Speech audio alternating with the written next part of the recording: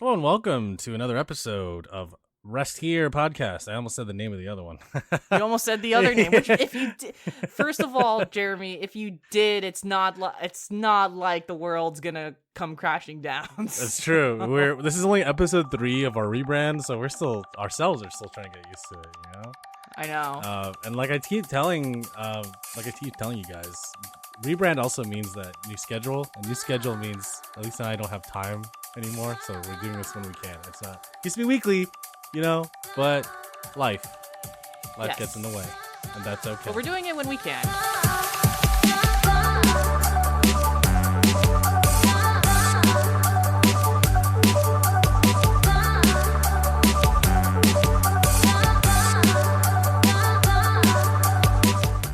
Just working all the usual stuff, and the NBA playoffs are on, and that's pretty much what's consumed me at the moment.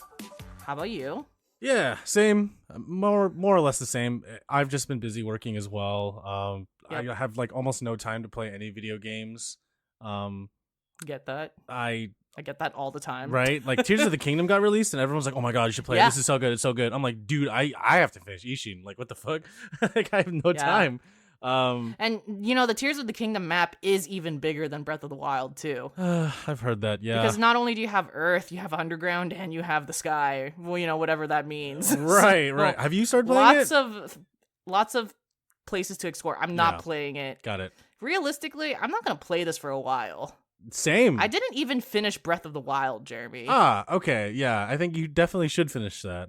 Yeah, I definitely, especially because this is a direct sequel to Breath of the Wild. It's not just, I mean, it is a new Zelda game, but it's not just here is a Majora's Mask or Breath of the Wild or just introducing or Wind Waker. This is straight up a continuation of Breath of the Wild, which I Right. definitely have no idea how that ends. So Right.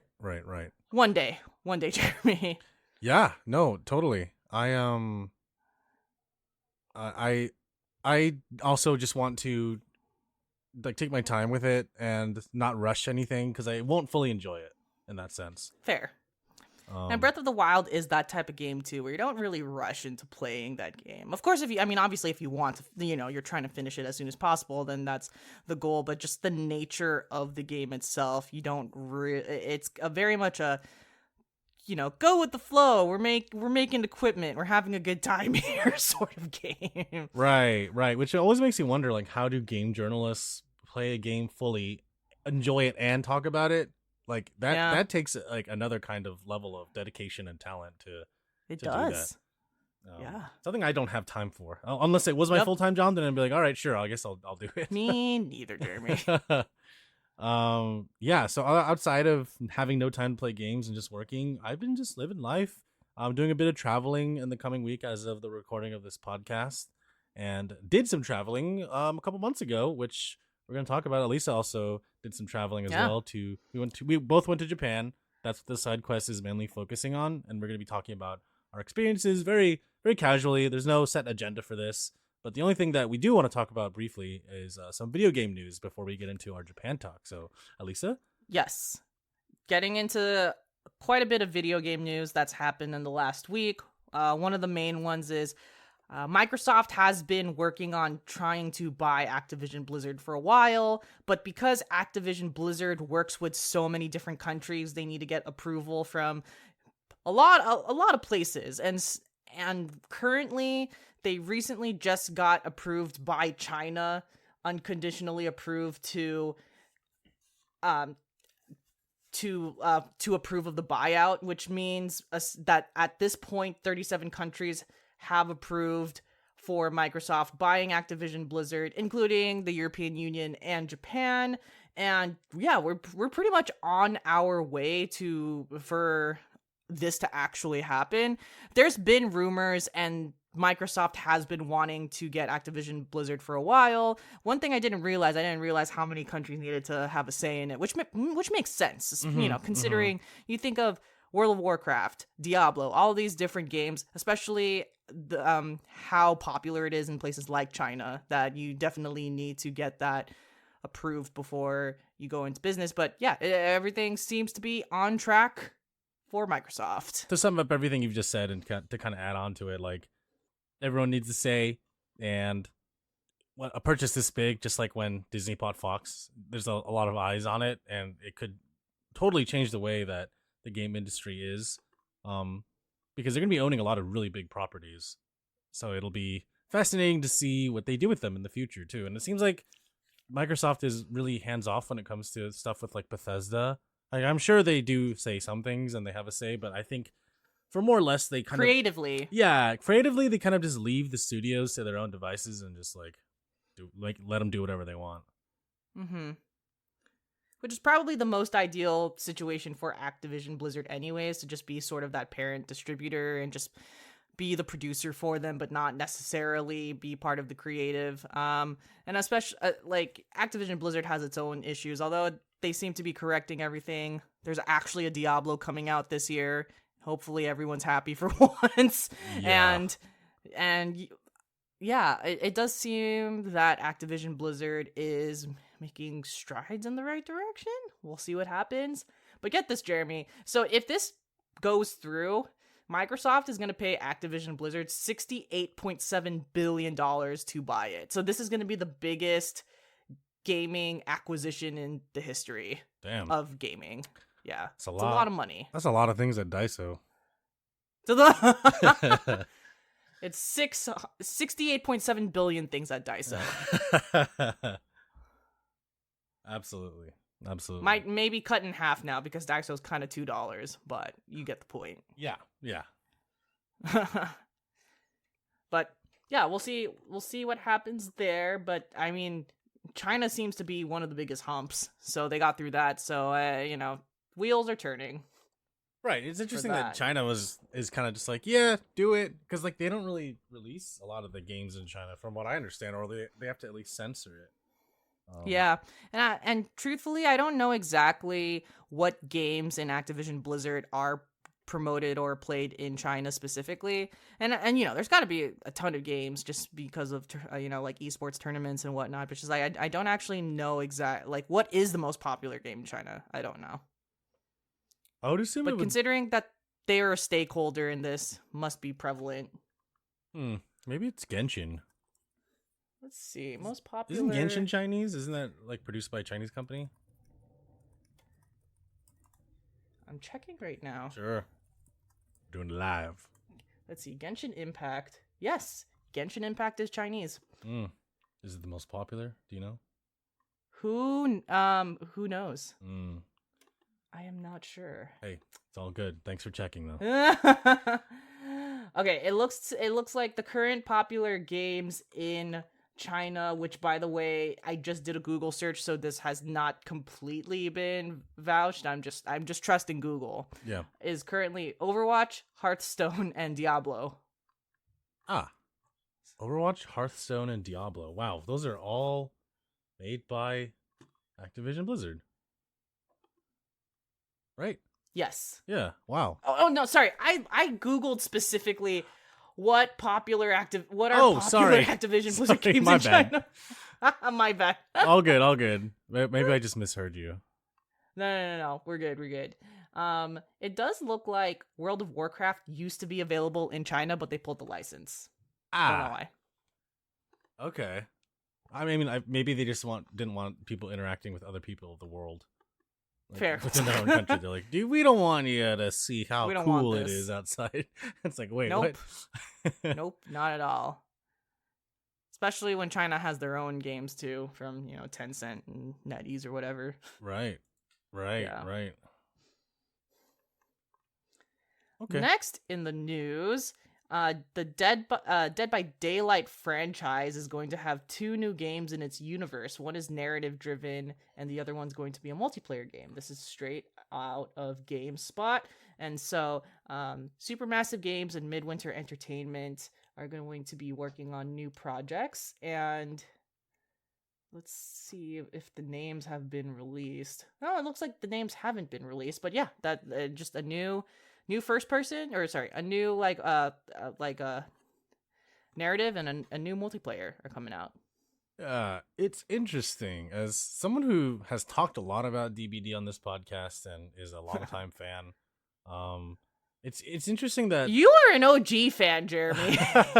You're not just a DBD fan. You were there in the trenches from the beginning. I appreciate that. I appreciate Yes. that. Like you legit were there at beta. um, I, I, I'm just curious how this is gonna go because DBD has never had a sequel. It's always they've just updated the game constantly over and over and over again, which is something that like Nick Cage is in it now. Yeah, right. Like they added so many characters, and like they don't. It seems like there's never gonna be a reason for them to make a sequel. Like they've made a mobile version of this game. They've added crossplay, and it's really awesome. And I feel like a lot of developers need to take a page out of this book instead of making a sequel, right? Like just add on to the experience of the current base game, and you're good to go. I feel like this is it's tough because like you can argue that for a lot of games, but you can also argue that for very little games because sometimes it just doesn't make sense, right? With like Breath of the Wild, for example, you can't just do that because the game's gonna chug and slow down. Like you have to have some sort of reasonable outcome for this to happen. With DBD, it's so easy because you just have the characters, you have the abilities, you have the levels, and that's it at its base core, right? There's obviously a lot more to the game than what I just explained, but I feel like at its base core, it's just so easy to keep adding stuff on and just being satisfied with the content. So when they announced that they're giving their license to Supermassive Games and Midwinter Entertainment, I was really curious. I'm really curious to see what the games are going to be because DBD is inherently an asymmetrical multiplayer game. And I was about to, and you see, that's a question I had. It's already multiplayer. I mean, sure, like one's the monster and one's like the people, the survivor. Yeah. But at the end of the day, you're all still playing. Right. So I'm wondering what this single player experience is gonna be, because like the basic story of DBD is that all the different characters that you play as survivors, and even the killers too, to an extent, are brought into this other like realm that's like kind of like purgatory where they all have to fight each other essentially. So like what's the single player game going to be about? Who knows? What's the multiplayer game going to be about? It says it's going to be like it could probably be co-op. Who knows? Like we really don't know. I'm just curious to see how they're going to add on to the story / how they're going to continue making a game that's already based on another game that is already successful. Like that to me, it doesn't make any sense. I don't know. Like I don't know where this is gonna go. Like I hope it does well, but I'm still skeptical. We'll see. For sure. And that being said, there's not too many details out anyways on what's to come. The names aren't revealed. They do have some sort of teaser trailer, which is really just talking to devs for Midwinter Entertainment, and there's not much info currently, so there's more to come, of course. And when we do find out that information, like for all we know, it might actually be really cool, whatever idea they have. Right. But as of right now, very unknown what's happening. Yeah, and we'll see. We'll just have to wait and see what these developers release, and they'll let us know. Hopefully, it's going to be good. Yeah, hope so too. I'm not gonna lie, like a narrative single player game appeals to me more than the multiplayer aspect. That's just because that's because you know me. I definitely prefer single player versus multiplayer. Yeah, and I get that, and that's totally fine. And I would like to see what your thoughts and opinions are when that game does eventually come out. Yeah, we'll see. And then the last piece of news we have is that Mortal Kombat is going to have a new game. And it's called Mortal Kombat 1. And the reason it's called Mortal Kombat 1 is it's a little bit of a... Would you say it's a reboot? A reboot of the Mortal Kombat series, which is currently at 11. We're going back kind of all the way to the beginning, but not really. Pretty much this game takes place after the events of Mortal Kombat 11, which, by the way, I did not play. But apparently... what happens in Mortal Kombat 11 is Liu Kang is now a god.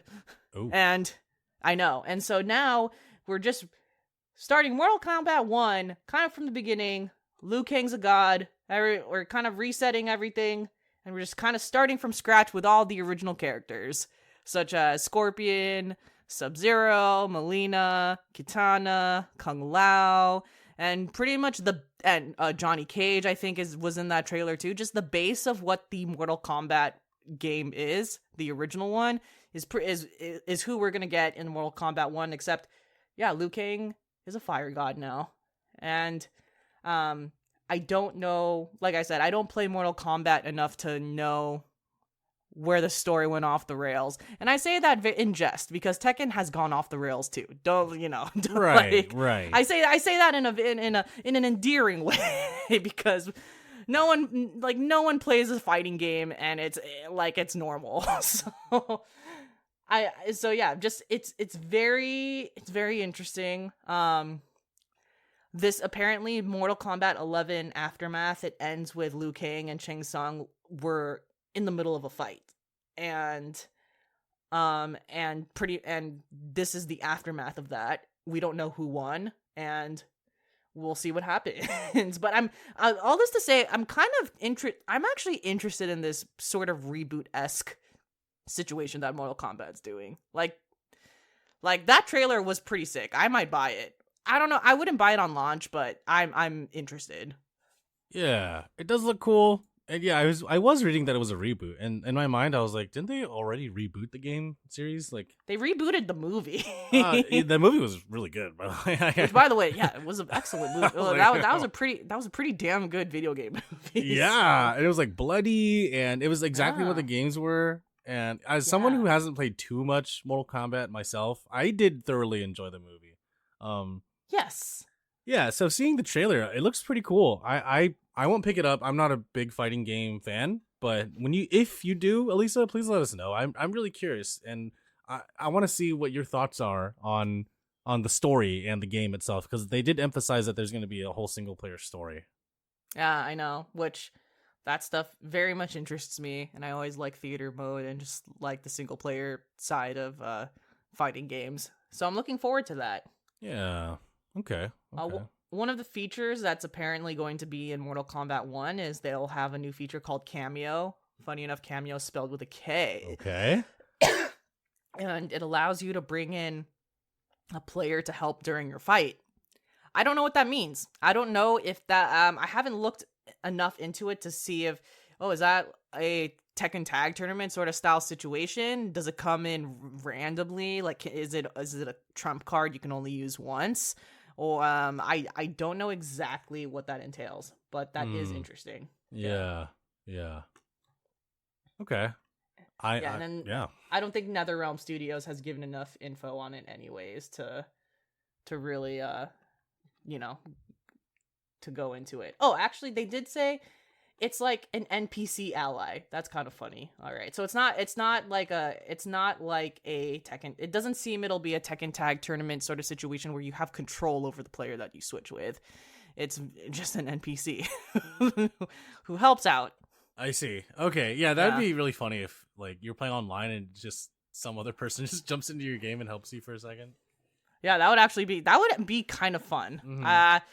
I would love to see YouTube videos of that and how that works. Yeah. All right. Yeah.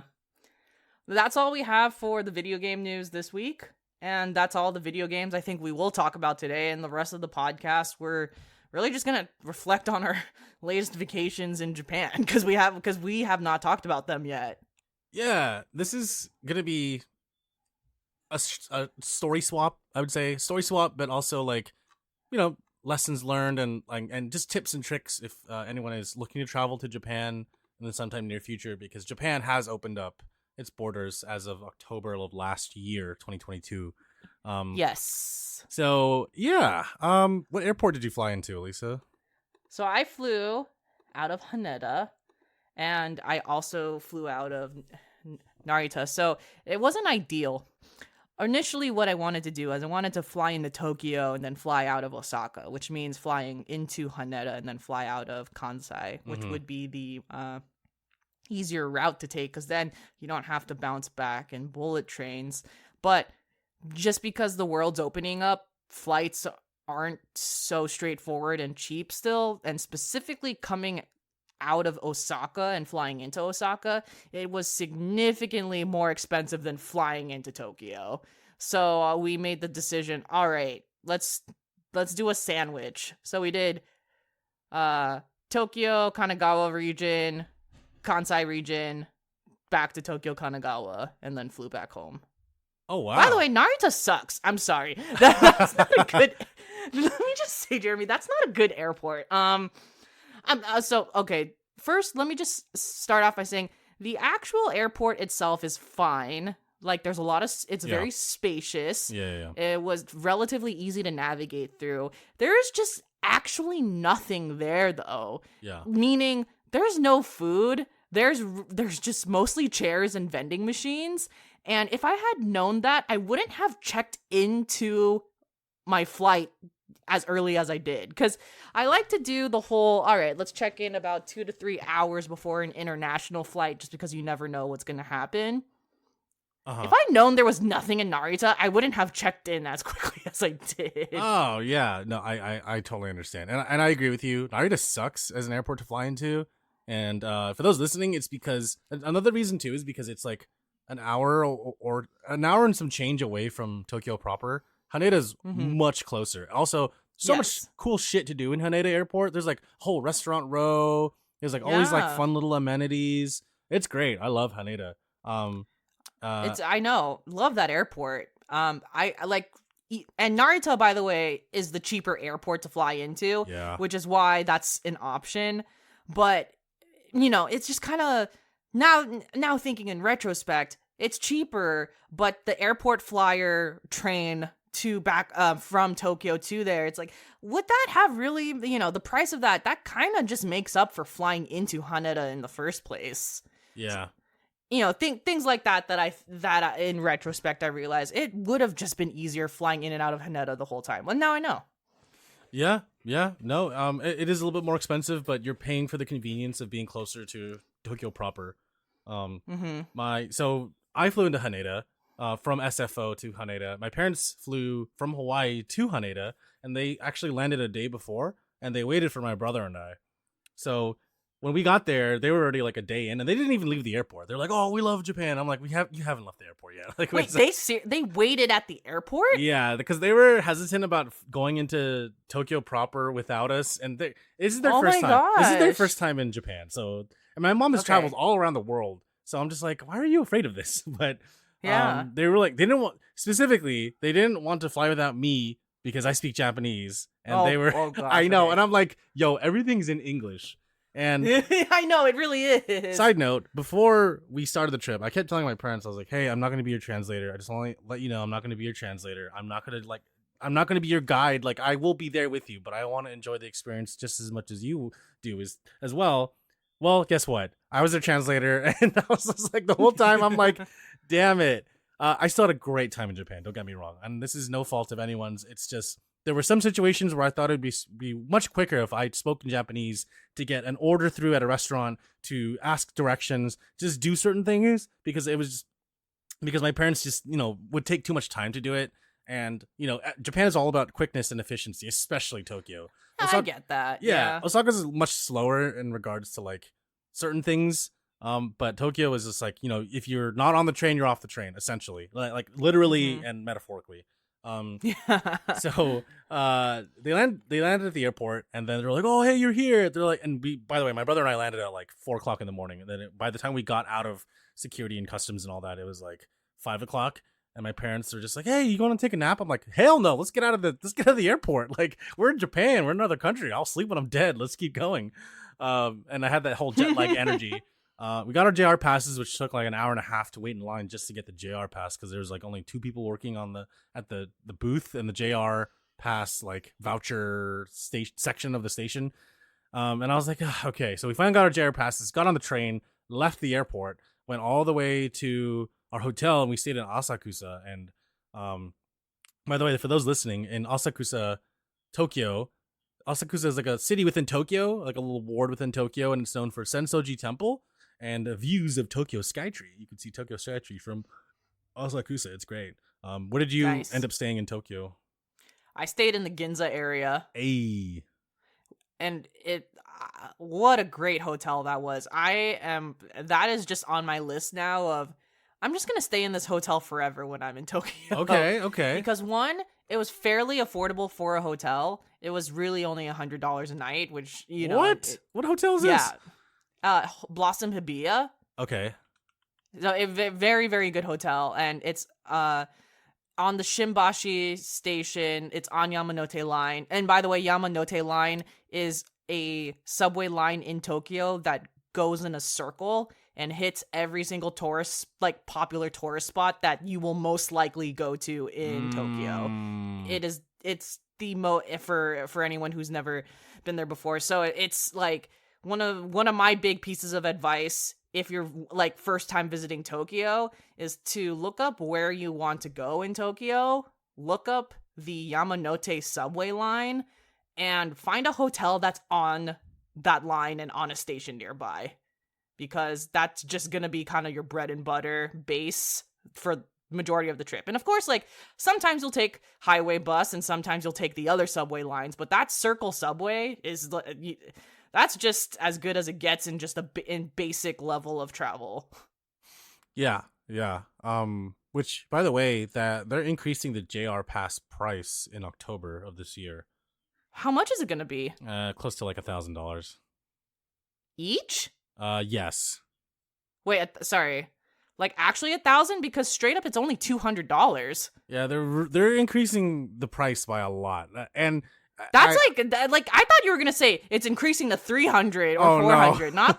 not like it's currently or when I got it, it was about 200. That's an increase. Like so right now, and I'm totally exaggerating, but it's close to that. So I'm only speaking about the 21-day pass. So the 7-day pass costs like almost $300 USD, but they're increasing it to around $500 USD. And then the 14-day pass is around $470 USD, and they're increasing it to $800.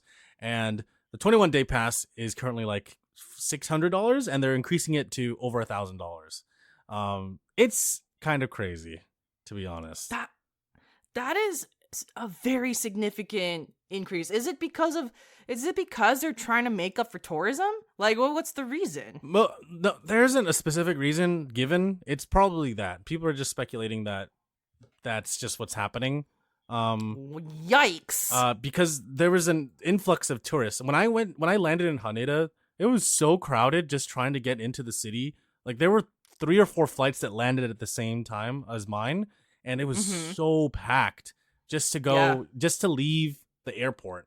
And going to all the cherry blossoms and viewing everything in Tokyo was crowded. It was so crowded. There were so many tourists. I've never seen this many tourists ever in Japan before. And, because this is the first cherry blossom season since Japan has opened up, of course it's going to be crazy busy. Everyone and their mom is like just like taking videos and pictures and vlogging about it. And it's crazy. Yeah, exactly. And I'm just like, oh my God, I just want to relax. But sometimes it just felt like it was tough to do that. Yeah, so just FYI, if you're planning to travel next year, save your money, and question yourself if the JR Pass is really worth it, because the amount of money that you could spend on the JR Pass does not always equate to how much you could spend on a round trip Shinkansen ticket. Yes. Because people were doing the math, and if you were to buy that 21-day pass and you were to go from Hokkaido all the way down to like Kyushu, it's not going to make up the cost of that one single ticket. You would have to now it won't. Jesus. Yeah, you're gonna have to like take the Shinkansen multiple times all across the entire country of Japan just to make the pass worth it. So because like the whole reason that the pass exists is so that you don't have to spend so much money on buying JR Pass tickets, buying Shinkansen tickets, buying tickets for the buses or the ferries. Like when I got it, it was so useful. It was so helpful. Like knowing where the JR stations were, knowing what trains and buses the JR line used, and just using the pass over and over again, and it felt great. It was awesome. But then there were a lot of times when we used like non-JR trail or non-JR train railways, and we just had to use our Suica cards. Suica's like their Suica's like Japan's transit card for those listening.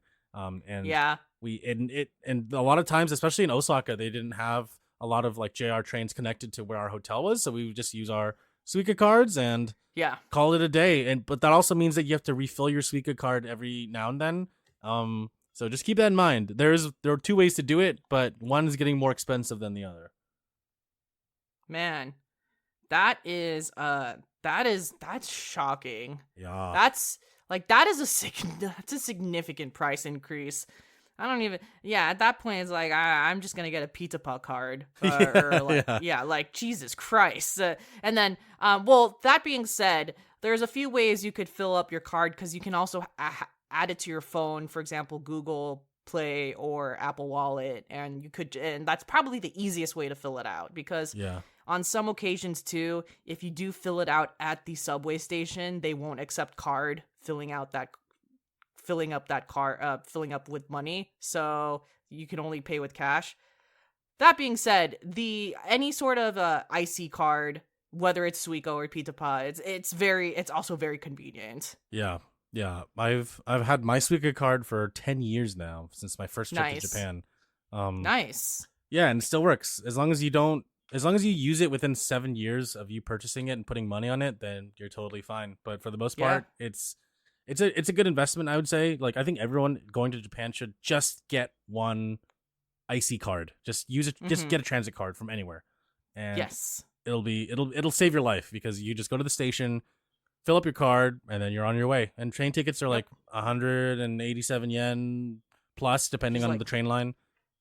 For a one-way ticket, and then you can transfer it too if you really wanted to, between train stations. It's crazy. It's crazy. So when we were leaving Japan, when we were leaving Tokyo, we caught the last bit of the cherry blossoms. Were you able to see any? Because I know you went at a later time than we did. We saw a few cherry blossoms, but it wasn't in full season. It was more just a couple trees here or there. Mm-hmm. But the season that we came in was pretty much wisteria season. Still beautiful. Which is the hanging purple flower. Which, by the way, man, those temples looked gorgeous also with the wisterias. And just like other flowers were in blossom, but I was a big fan of the wisterias. One, because they're just a very pleasant lavender color, and it's nice to look at. And two, there was something fun about them hanging from all of these vines and whatnot that looked very pretty. But we saw a few cherry blossoms, where got the job done. Yeah. Awesome. I'm glad you got to see and experience a little bit of it and just nature in general, because Japan is really known for that, especially Tokyo. It's like such an urban city that you go there and you don't expect to see any trees, but then you go to all the big parks that you're like, oh, this is where all the nature is. Yes. There was one park that I wanted to go to. You see, the thing is, the park was not in Tokyo. It was in one of the neighboring cities, and and off the top of my head, I can't even remember the park. But it was a botanical park of just all the flowers in season, and I really wanted to go there, but just didn't have time, and there was just a lot on the schedule. But I love Japan for its nature, and it's really one of those places where you can visit all 4 seasons and there's going to be something to see. Yes. With the environment, something to see with the nature, and it's beautiful.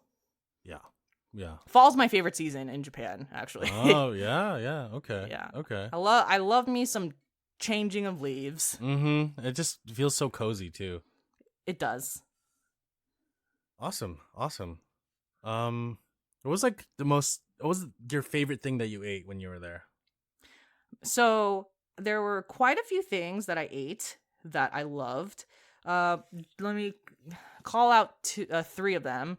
So, one, for listeners, I studied abroad in Japan back in 2012, and there's this place in Kyoto.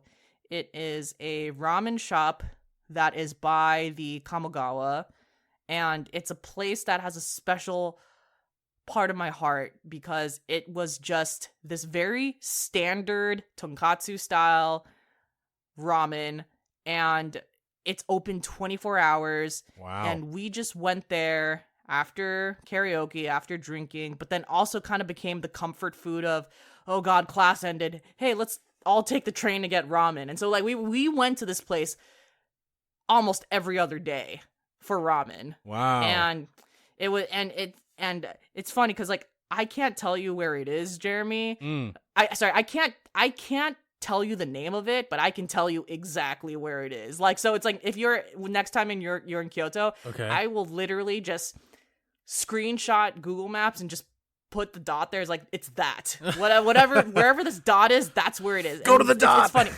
Go to the dot. And it's funny because like it's been it's like almost 7 years since I've been to Japan. I couldn't for the life of you tell you the name, but I knew exactly how to navigate to that place still. I knew exactly how to get there from the subway. I knew how to walk there. It's just like, that's how much the muscle memory came back for that ramen spot. So so that's my nostalgia ramen, and it's the way I describe it is it's my ideal like perfect standard bowl of tonkatsu ramen. And that being said, a lot of people like their tonkatsu ramen differently. For example, like a lot of people like thick noodles. This place is a thin noodle spot. And also, some people, they like their broth a little bit more clear, and they like their broth not as kind of creamy. I'm a creamy broth person, and so it's like this place fit the bill of like everything that I like about ramen. Yeah. On a very standard level. So that's my number one. My number two is also in Kyoto, which was in the Nishiki market, and one of the stalls there, I straight up just got a stick of eel. Hey. It was a stick of unagi. It was brushed with sauce, exactly how it sounds. There was no funny business. No frills, just unagi on a stick. And no you're like, frills. Yep. Just unagi. Yep. And it was amazing. Hell yeah. It was delicious. Hell yeah. Okay. And it was exactly what I wanted. And then the last thing was a ramen place that specializes specifically in spicy chashu ramen. And it was in Akihabara, and another thing where I don't know where the hell I went. I don't know where my friend took us, by the way. For all I know, my friend could have taken us to just the depths of the world, and like we could have met the mafia, and I would have the yakuza, and I wouldn't have known. I really wouldn't. So I just straight up followed him. We went to this ramen spot. Thickest chashu pork I've ever had in my life. And on top of that, the tonkatsu broth was creamy and it was spicy. And you can control the spice level of it. So I chose mild, mostly because like I didn't want my first like I would imagine myself getting this bowl again, but I didn't want the first time to be I was in pain but trying to enjoy the flavor. So damn, the mild was perfect. That was a very amazing bowl of ramen. Like that was like 10 out of 10 ramen. So that's probably the third thing that I liked in Japan. Okay. I liked I liked everything, but that's my top 3. Yeah, no, it's so hard to pick. Like I totally get you. Like you stay there for a long time. You're obviously going to be eating something every day, and everything it might be different every day, right? So it really depends. Yes. For me, man, it's hard to pick, but number one was our first couple days when we were there, we met up with a couple of my friends from college, and they took us to this katsu place near Shibuya Crossing. And oh my god, it was so good. The meat was so tender, so big, and the breading was so thick. Like it was so good. It was so good. That's awesome. Yeah, I would love to go back there. I saved where it was, by the way. Katsu, was it just standard katsu over rice, or was it katsu curry, or both? It was katsu pork. I believe they served curry, but I don't think that we got, none of us got that. I think maybe they only served regular, just like pork katsu over rice with like the sauce and everything. It was just basic katsu meal, but it was really good. Second one is this is gonna be it's gonna be interesting for a lot of people to hear, but like kurazushi. If you guys don't know what kurazushi is, it's like a conveyor belt sushi chain restaurant within Japan. And yes, we do have them here in America, but you know, in Japan, every single nigiri roll was 132 yen. And if you do the currency right, God. it's literally less than $1. It's like 90 something cents for one little plate of 2 pieces of sashimi over rice. And oh my God, beautiful. we went there twice. Like we went there one night, then the next night we came back to the same one because it was near our hotel, and we went ham on all the sashimi. It was so good. I cannot. That's beautiful. And we spent like a total of like $60 for 4 people, and we destroyed that kurazushi. It was so good. Like, yes, I can never go to one in America now because I'm spoiled. Like the fish was good. It was cheap. Like what the heck? It was so cheap. Yeah, that was my number 2. I mean, I had to pick it. And number three is this.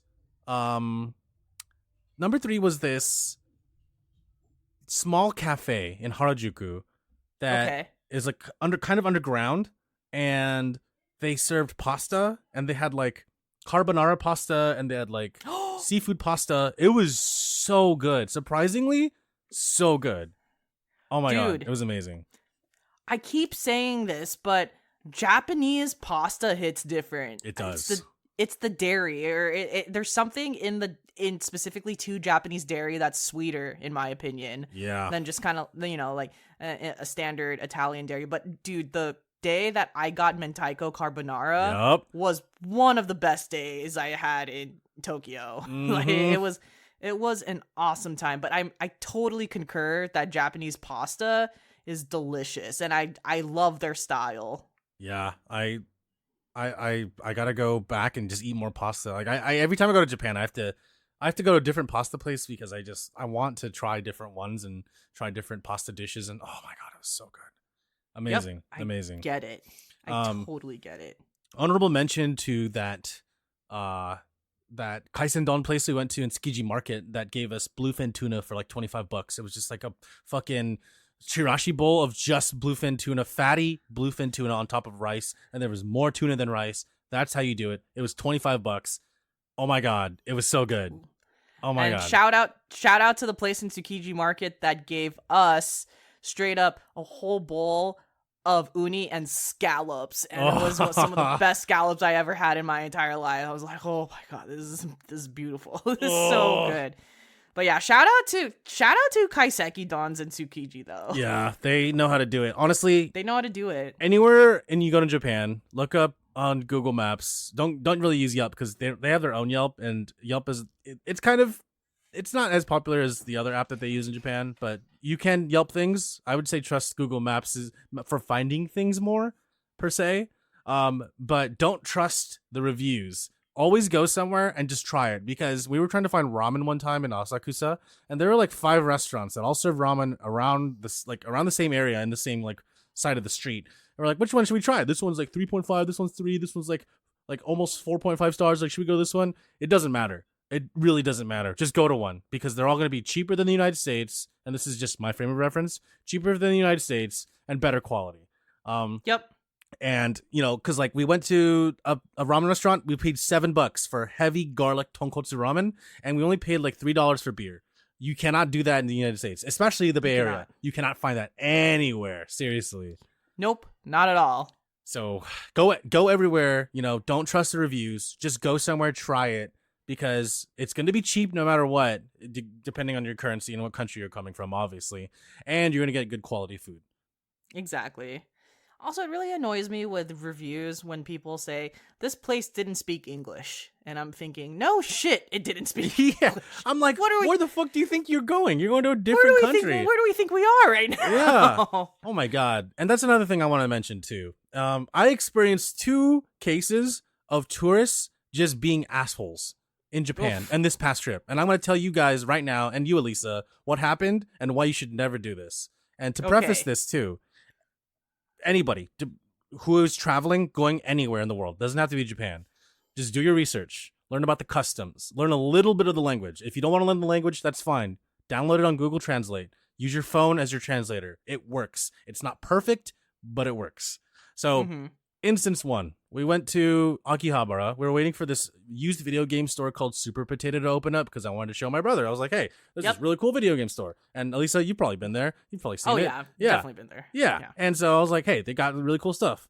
And we're going to go check it out. So while we were waiting, we went to this arcade that was nearby. And they had like Time Crisis and the Crane games and Taiko no Tatsujin and like this train simulator. Jeremy, let me just say, Taiko no Tatsujin is my favorite game now. Oh my God, I played it. I played it so much at the arcade. I was like, oh, hell yeah. We were waiting. I was like, we have 30 minutes? All right, 30 minutes to Taiko no Tatsujin. Let's go. When I found it, I played it 3 times, and but the thing, it was funny. Sorry, I'm just quick interjection. I waited for people to leave because the people before me who left straight up brought their own drumsticks for Taiko no Tatsujin. That I was like, I need to play this when no one's around because I ain't in the business of being judged by anyone here right now who's a master.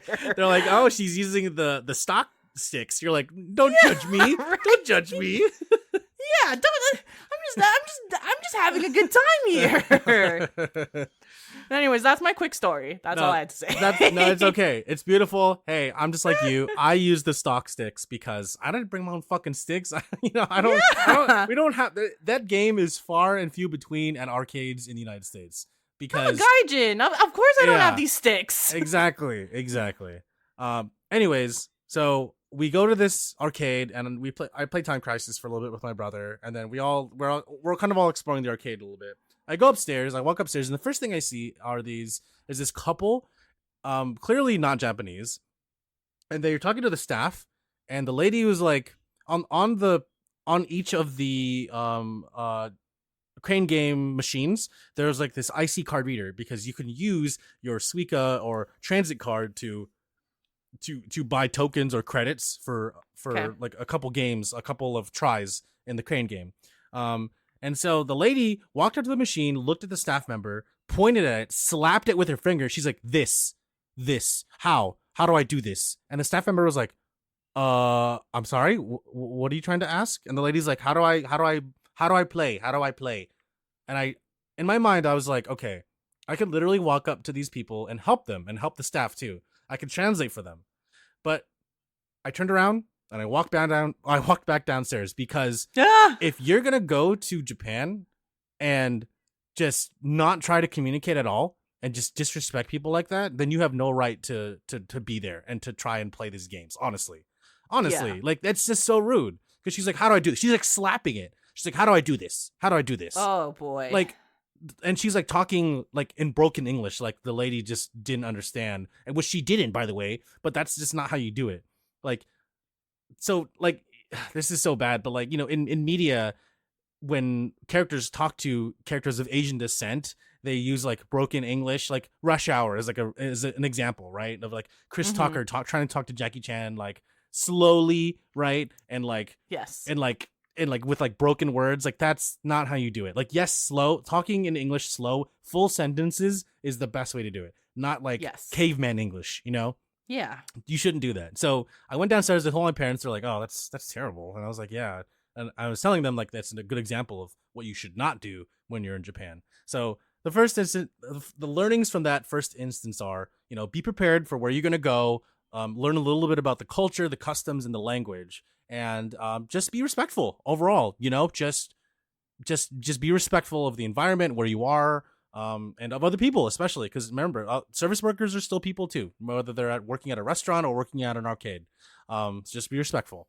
And I did not witness that, unfortunately, and I was really sad. And I was like, oh God, I just, if you're gonna travel, just please do your research, or just don't even travel at all. Because if you're gonna act that way, then stay home. Seriously, stay home. Like, other places don't need that kind of energy because you're also just putting a bad name for Westerners, English speakers, not just Americans, just English speakers in general, which unfortunately get lumped into Americans. If you speak English in Japan, hey, you're probably going to be American. Not always the case, honestly, not always the case. But because American culture is so prevalent within Japan, they're like, oh, foreigners, Americans, those people. It's like, okay.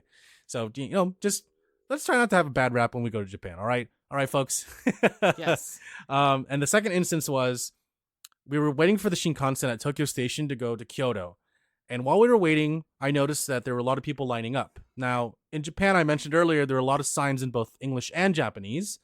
But sometimes there aren't signs at all, and you kind of just have to figure it out. But in Japan, the culture of Japan is kind of like waiting in line for things, and people make their own lines, just like the British. They queue up, they make their own lines, and it's just that's just part of the culture is waiting in line, making a line, and just sitting there and expecting to be in that line for a couple, like an hour or maybe less, depending on what you're waiting for. Restaurant, something, like anything, right? So we're waiting in line for the Shinkansen, and I noticed that people are lining up. So when the previous train departed, I noticed where to stand in line first to get onto the train first. And I was like, okay. So I told my parents, and I'm like, we're gonna go wait over here. This is where the doors open, and there's also signs on the ground pointing to how you should line up. It's like a little like rectangle that like curves off to the side that ends where the door is about to open. So obviously, with the arrows pointing that way, you're supposed to line up there. And the first person that lines up there stands next to the platform, and everyone else lines up behind them. So we stood there, we're waiting, and some people start lining up behind us. And we noticed that there were these other tourists who were like kind of next to us, and I didn't know what train they were waiting for because they're standing there for like 15 minutes before us. And I was like, okay, maybe they're waiting for a different train, or maybe they just don't want to sit down and they're just chilling. So we wait. I wait with my family there. Our train pulls up, and in the corner of my eye, I see that they're moving ahead of us, and I'm just like, oh no, like come on. So what I literally do is, as the doors of the train open, I physically block this group of like 6 tourists so that my parents and brother can go in first. And this guy behind me is pushing me, kind of. And I'm like, stop. I literally turn and look at him and I say, please stop. And he's like, oh, okay. And so my parents are still getting on. I'm trying to get my luggage. Like I give my luggage to them, so they're helping me put my luggage on. And this guy starts pushing me again. And I turn around and I say, stop. Seriously, stop.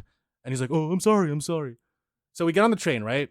And our seats are right behind the door. Oh, sorry, right in front of the door. So imagine that you're sitting on the Shinkansen, and the doors to go from car to car and like the luggage compartment car is like right behind us. And there's like those glass sliding doors. So our seats are right there.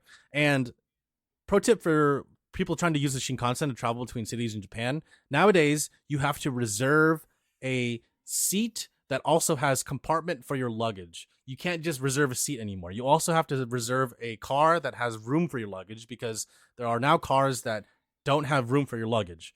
So Japan is doing this whole revamp thing with their public transportation system, where if you want to use the Shinkansen, make sure that you find a reserved car seat with your specified time to departure, but also the car has to have enough room for your check-in, carry-on luggage in general. So just keep that in mind. So our seats are so close to the door that there's a whole section behind it for our check-in luggage and all of our luggage. And above it, there's a sign that says in English, this section is reserved for the luggage of the passengers that are sitting in the immediate seats next to the sign or whatever, right? Just basically the people that are sitting next to the door that's reserved for us. So we put our luggage in first. This guy that was pushing me tries to put his luggage there. And I'm like, oh, hell no. And he's like trying to move our luggage too. I'm like, stop. Seriously, stop. And he's like, I'm just trying to help. I'm like, you're not helping. I literally said that out loud. I was like, you're not helping. Yeah. And I point at the sign and I'm like, do you see what that says? Like, this is for us. And he's like, whatever. And he just like left his luggage there. I was like, this motherfucker. So what I did for the rest of the train ride was, and I promise you, I don't always do this, especially in Japan, because it's very rude and I don't condone this action at all. But I reclined my chair all the way back so that it crushed his luggage. I was like, fuck you, dude. Like, seriously, you're acting like this? I was like literally crushing his luggage with the back of my chair, because no, like, first of all, he was fucking rude to us. He did not read any of the signs. He wasn't aware of where to line up. And like, what the fuck, dude? Like, you should not be acting this way in another country. Like, just look, if you have two eyes and a brain, then you can see what's going on. Like, seriously, in any country whatsoever, just figure it out, right? Even if it's your first time in Japan, it's so easy to figure it out because you could just decipher what's happening. And right, like, you might need someone to be like, oh, where do I do this? Where you can ask for, it's okay to ask for directions, but it's not okay to be a rude tourist, and it's not okay to push people and to think that putting your stuff anywhere is fine just because it's Japan. So his luggage also kept going into the middle aisle because it wasn't secured, because he's not supposed to put his luggage there. So yeah, in order to secure it, I just crushed it by like leaning my chair all the way back and making sure it stayed in place. I don't ever do this. I don't ever do this, But my parents were like, "Good job." And I was like, they approve of this message. Yep. And again, it's what I did was really rude too. You should never do that to someone's stuff, like any country. But this guy pissed me off in the moment so much. I was like, "Fuck you! I'm just gonna destroy your luggage." So I crushed it. I literally heard it crack and crinkle. I was backing my chair into it. I was like, "You deserve this." Yeah. I was like, "I'm sorry, but you're in Japan. Like, you should know better. Like, seriously, Yeah, just on all love levels, that. right?" Because I feel like when people travel, and I've noticed this like in Japan too, when people travel to other countries, they just become stupid. They become like idiots, and they don't know how to do things. Like, I don't know what it is. Like, when it's the same energy that when people go to theme parks, they just don't know what to do. They're just like, "Oh, where do I put my stroller?" I'm like, "You're a fucking idiot. There's a sign over there that says park your stroller here. Like, just do it." Why can't you read? What the hell? So yeah, just do your research, be respectful, be kind, and just understand that the culture is going to be different. Not everyone's going to understand you, and that's okay. Just accept that things are going to change and that things aren't always going to happen the way they should. Yes. And, have fun at the end of the day. Yep. Just have fun. Yeah, and there's a degree of travel that I feel a lot of people just suddenly gain this attitude of I'm invincible and I'm traveling, but you're traveling to a place that you are not familiar with, as well as you're not from there, and to ignore the culture that's around you and ignore all the rules and all this stuff is, I think, very rude and puts a bad name, really, for foreigners and just anyone who's traveling in general. So, be kind. What Jeremy said, just honestly, just research the place before you go, and don't think that your culture is their culture, because it's not. Right. And at that point, just stay home and don't travel, because you don't deserve to. Exactly. Yeah. Anyways, aside from that, the train ride, I gotta say, like, buying the Ekiben and going on the Shinkansen was amazing. I always love doing it. Love seeing Mount Fuji on the way from Tokyo to Kyoto, and it's so cool. Japan is like one of the few countries that has like this high speed rail system that just takes you from one city to another, the equivalent of like San Francisco to Los Angeles in like 2 hours.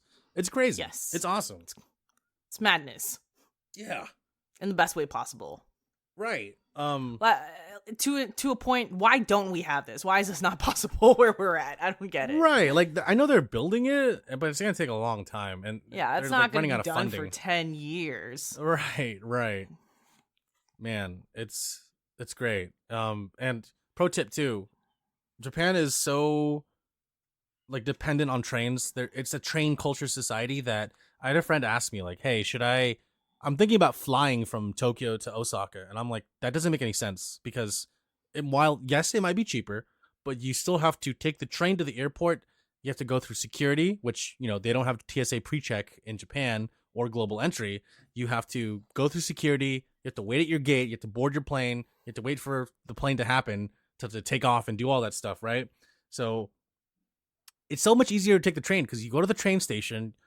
There's no security. You just put your ticket in the thing. You go on your train, and that's it. You're off. So if you're looking to travel between cities in Japan, look at where the Shinkansen can take you first before trying to book a plane ticket. Going from Hokkaido to Tokyo via plane, so much sense. Like, do it. Going from like Okinawa to Tokyo via plane, do it. Don't do it by train. It's going to take a long time from either end of Japan to Tokyo. Just keep that in mind. Take the train. Yes, absolutely. I think my favorite place that I visited in Japan that I have never been to before was the Todaiji Temple in Nara. That was an experience, seeing that huge brass Buddha. Oh, I think was bronze. One of the I think it is the biggest, if the second biggest or biggest bronze Buddha statue structure in the world. Wow. And it was one of those experiences where I felt small. Like I was having a real worldly experience that I wasn't expecting to have walking into that temple. Because, you're walking through Nara, you're feeding some deer, you're having a good time, and you know that this is a temple that you're trying to visit. People talk about how cool it is, and I was excited to visit it, obviously. Mm-hmm. And walking through the gates, super stoked. But then when you really walk into that temple, I just felt something that I've never felt, I haven't felt in a while, of just, wow, I am small in this world, aren't I? And it was as if the whole, just everything, philosophy of Buddhism, and just not even just Buddhism, but just like the idea of existing in nature. It just walking in there and seeing how huge Buddha and all the bodhisattvas were was just such an overwhelming experience that I have never felt before in that situation in Japan, and actually just haven't felt in a while. I feel like it was beautiful. I highly suggest people visit that temple to top off your trip in Nara. If you're taking a day trip in Nara, the whole park is huge, but walk to the park where the Todaiji temple is and see the big Buddha. It is well worth it. Sounds very humbling. Yeah. Really enjoyed those.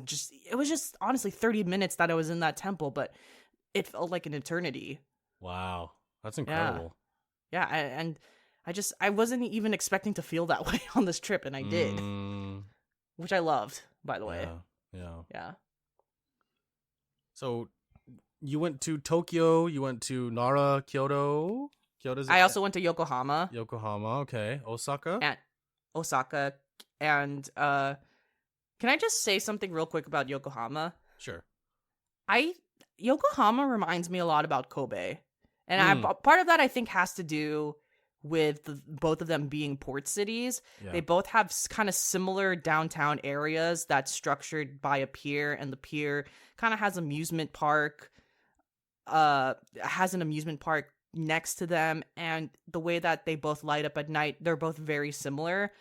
All of this to say, I love Yokohama. I love Kobe, and visiting Yokohama and just walking around, I was just thinking, I love this place. This is my spot. Having such a good time here. I got the ramen museum and had a good time there, and I saw the Gundam base, which was fun, and then just walking around and whatnot. But it was one of those things where in Yokohama, it was a day trip. I was just thinking, man, I would stay another night here. There's probably obviously it's a smaller town, so there's not much compared to Tokyo. But when I was in Yokohama, I liked it so much, of just the vibe that it gave of being a port city, that more of a port city than Tokyo, because Tokyo is technically a port. It is right by the water, but Yokohama more so, that I just wanted to be there another night, maybe next time. In the same vein that when I visit Kobe, I just want to stay in Kobe. Yeah, absolutely. Oh, and then another cool thing I visited was Himeji Castle. That was awesome. The town of Himeji was very fun. It was cool to see all the moats and see this castle that you were able to walk up all the floors. You have to take off your shoes, of course, but it was cool to see because Osaka Castle is a nice castle, but to see Himeji Castle restored in such a way that you can still walk through it, because you can't walk through Osaka Castle, but you can walk through Himeji. And it was cool to see where all the weapons are kept, what the strategies were, what the emblems meant for the rooftops, and why these specific windows were placed here to help with war. And it was strategies, and to talk about the moats. And it was very historical, and I really enjoyed being at that castle. That was a good time. Wow, that's so cool. Yeah.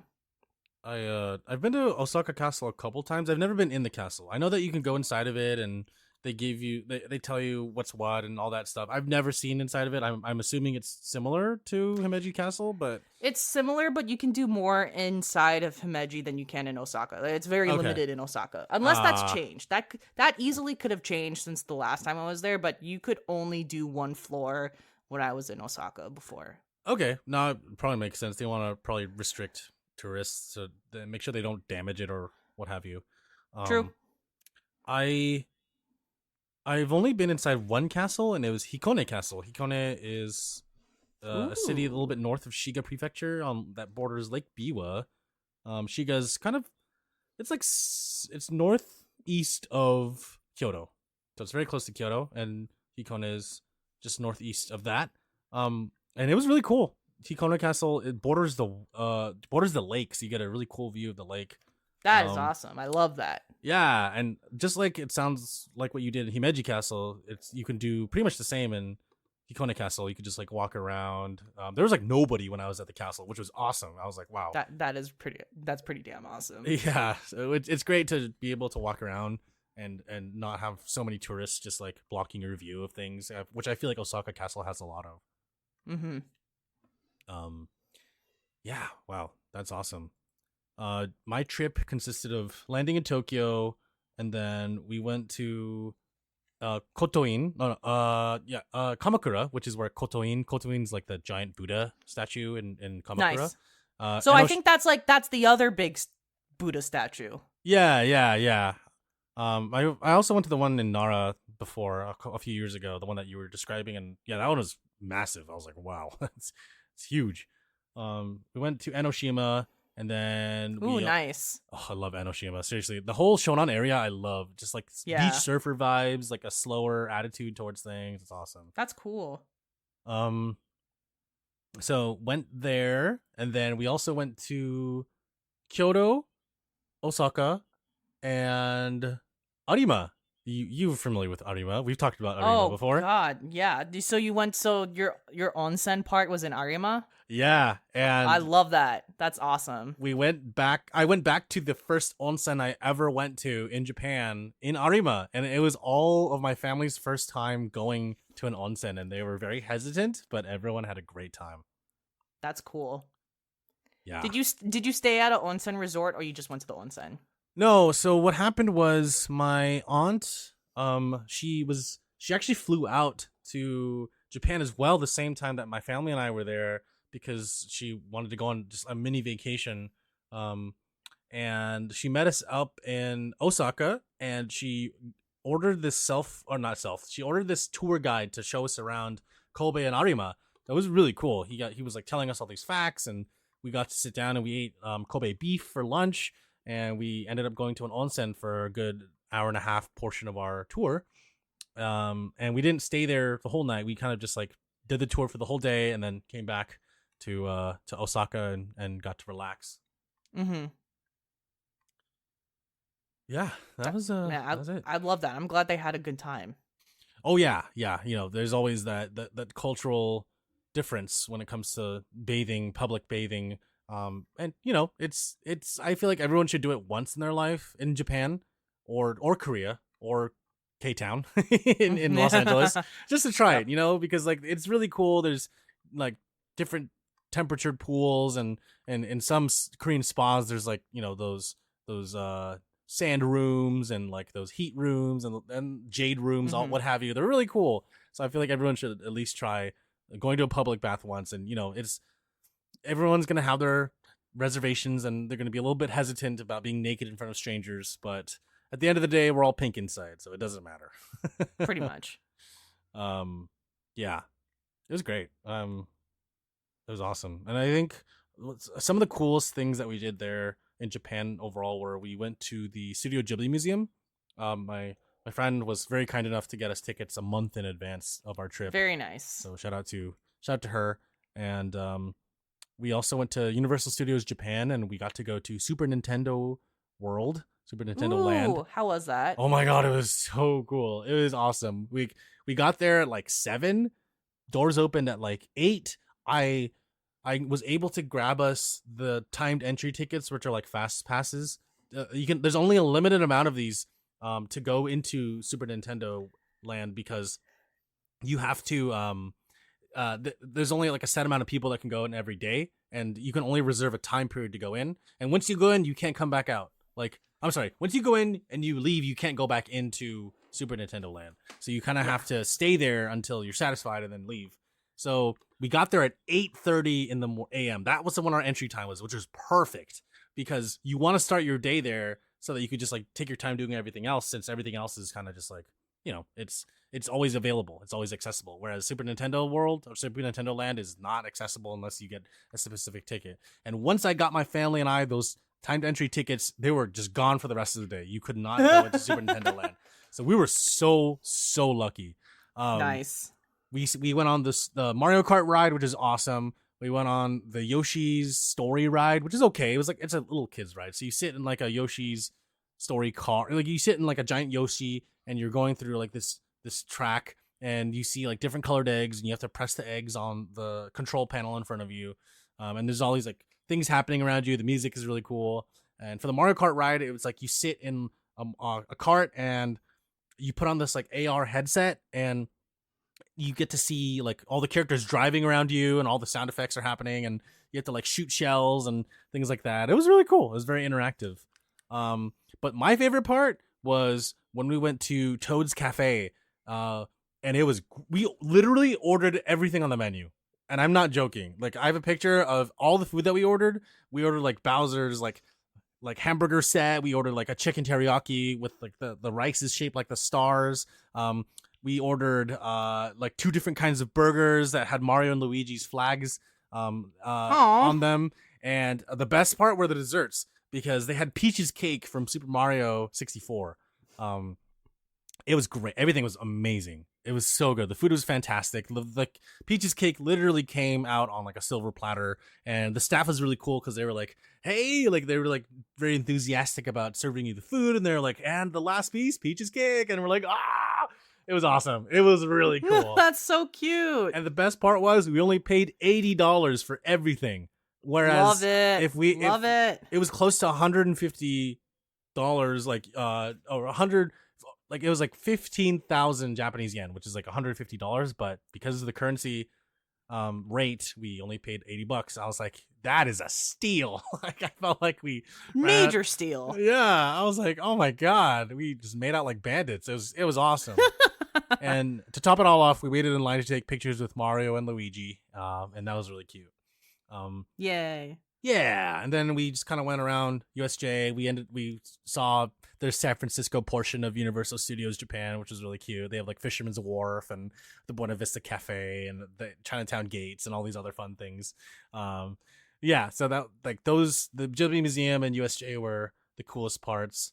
One of the coolest things that we did there. And I will say in general, like just going to USJ is really cool for any video game anime fan, because there's like every year they change the rides in a certain part of the park that are anime themed to different types of anime properties. Like this year it was like Doraemon and Spy Family and a bunch of other anime shows. That was really cool. Makes sense. Yeah. And then I think the third coolest thing that we did was I think I talked about this on a previous podcast, but we went to this Sega theme park, Sega video game theme park on Odaiba in Tokyo called Joypolis. And it's like all these rides / video games that you get to do. And you pay like $50 and you can just play as many games and ride as many rides as you want all day. Yeah. So sick. Honestly, really cool. I want to go back there and just like do more things, because we only had like a couple hours to do things, but it was worth it, honestly.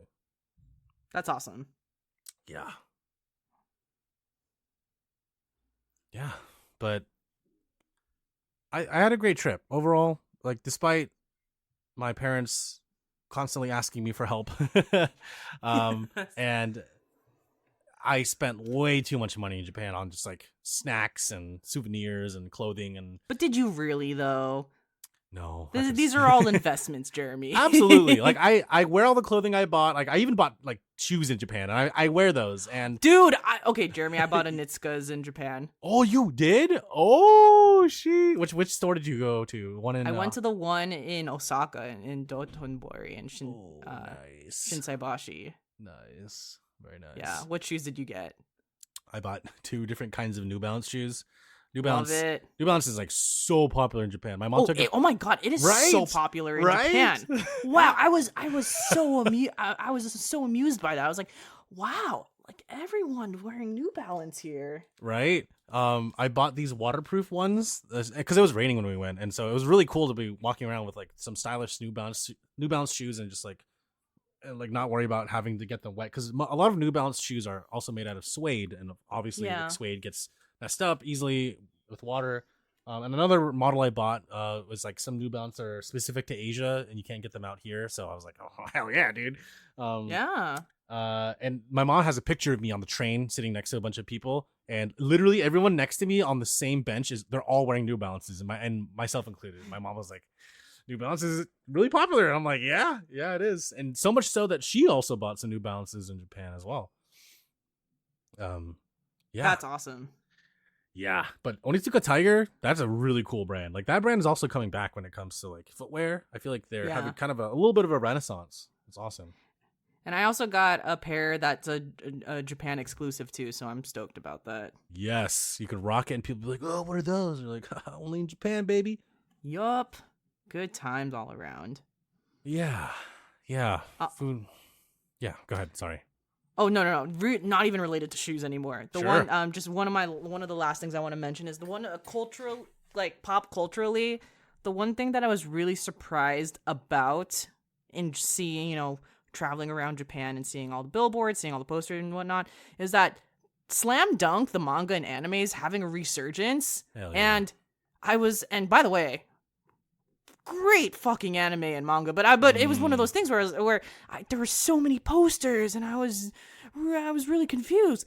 Why are so many, like, what's happening with Slam Dunk? And then my friend told me the Slam Dunk movie came out and now the series is having a resurgence, and I'm just like, hell yes, dude, because Slam Dunk it's so good.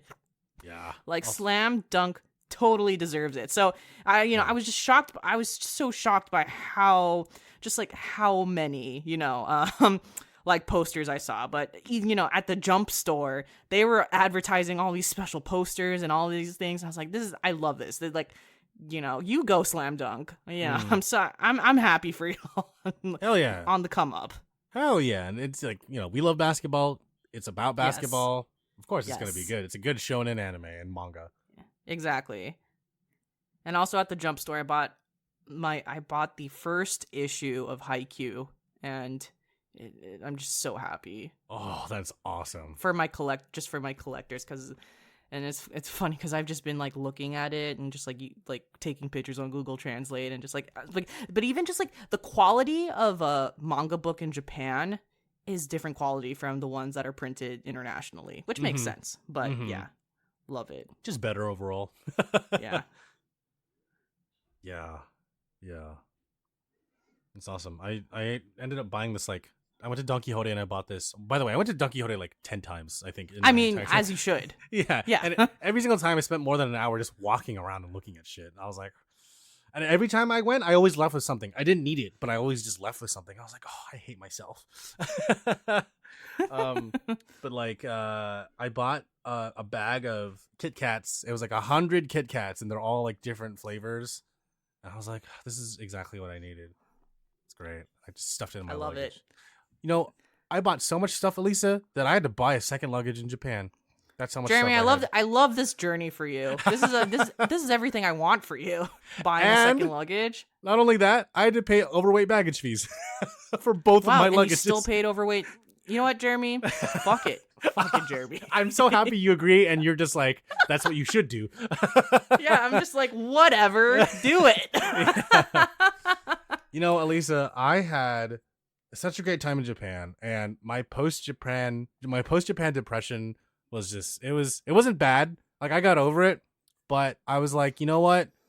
Next year, I want to go to Japan, and I want to go during Halloween. And dude, that would be lit. And you know what? I said, fuck it. I'm going this year. So I already bought my ticket. I'm going to Japan this year. I'm already going back to Japan. I'm going for 2 weeks. I'm going to Japan for Halloween to just like go to Shibuya Crossing and just hang out. I love that so much. Yeah, I'm like, and I use my miles too. And I only paid $50 to fly to Japan round trip. It's crazy. Yeah. I'm like, whatever. I'm so excited. I can't wait. So you'll definitely be hearing more Japan stories when I come back. Dude, I'm so excited for you. Thank you. Yeah. It's gonna be a great time. I've never been to Japan in the fall either, so this kind of checks off 2 things I want to do. 3 things technically. So the first is going during Halloween, going during fall, and now the third thing is I get to check off that I've been to Japan in every single season. It's gonna be awesome. That's amazing. That's awesome. Yeah. And I want to do that too at some point, but during the winter, would love to spend time in Tokyo, but specifically just northern area like Tokyo, and then Akira, Akita, I mean, and then Sapporo. Akita. Yeah. I have those specific spots I want to hit in the winter at some point in my life. So yes, I want to go to Iwate, Akita, and Karuizawa in the near future. Awesome. Oh man, wow! I'm getting hungry because we talked about food. Yeah. To be fair, it is actually dinner time now. Like we're talking during dinner. Yeah. All right. Totally. And I think on that note, we'll probably end the podcast now. Yeah. So, y'all go to www.restherepodcast.com. I almost said the other one. Oh my god. Go to restherepodcast.com. Go to the top, click on pages. It'll bring down a drop-down menu for you. Click on contact. And it'll open up a new page where you can leave us a comment. Either email us the old-fashioned way, restherepodcast@gmail.com. Leave us a comment that way. Or feel free to comment on any of our Podbean episodes. We'll read it on the podcast. You can also join our Discord community with that invite link right there. Or you can find it in wherever there are links, either on Podbean or on YouTube. Click on the Discord link. Join our podcast, join our podcast community where we talk about everything from video games, TV shows, movies, pop culture, all that fun stuff. You can even ask us directly about Japan tips if you want to know more. You can leave us a review on Apple Podcasts, or you can just comment on any of our YouTube videos, and we'll read that on the podcast. Check us out on Spotify, Google Podcasts, Stitcher, iHeart, Podchaser, Amazon Podcasts, all that fun stuff. We're also there as well. And yes, that is it. Anything else, Elisa? I think that's all I got. Awesome. All right, y'all. Thank you guys so much for listening. We'll be back with another episode sometime soon. Take care, everyone. See ya. Yep. See ya.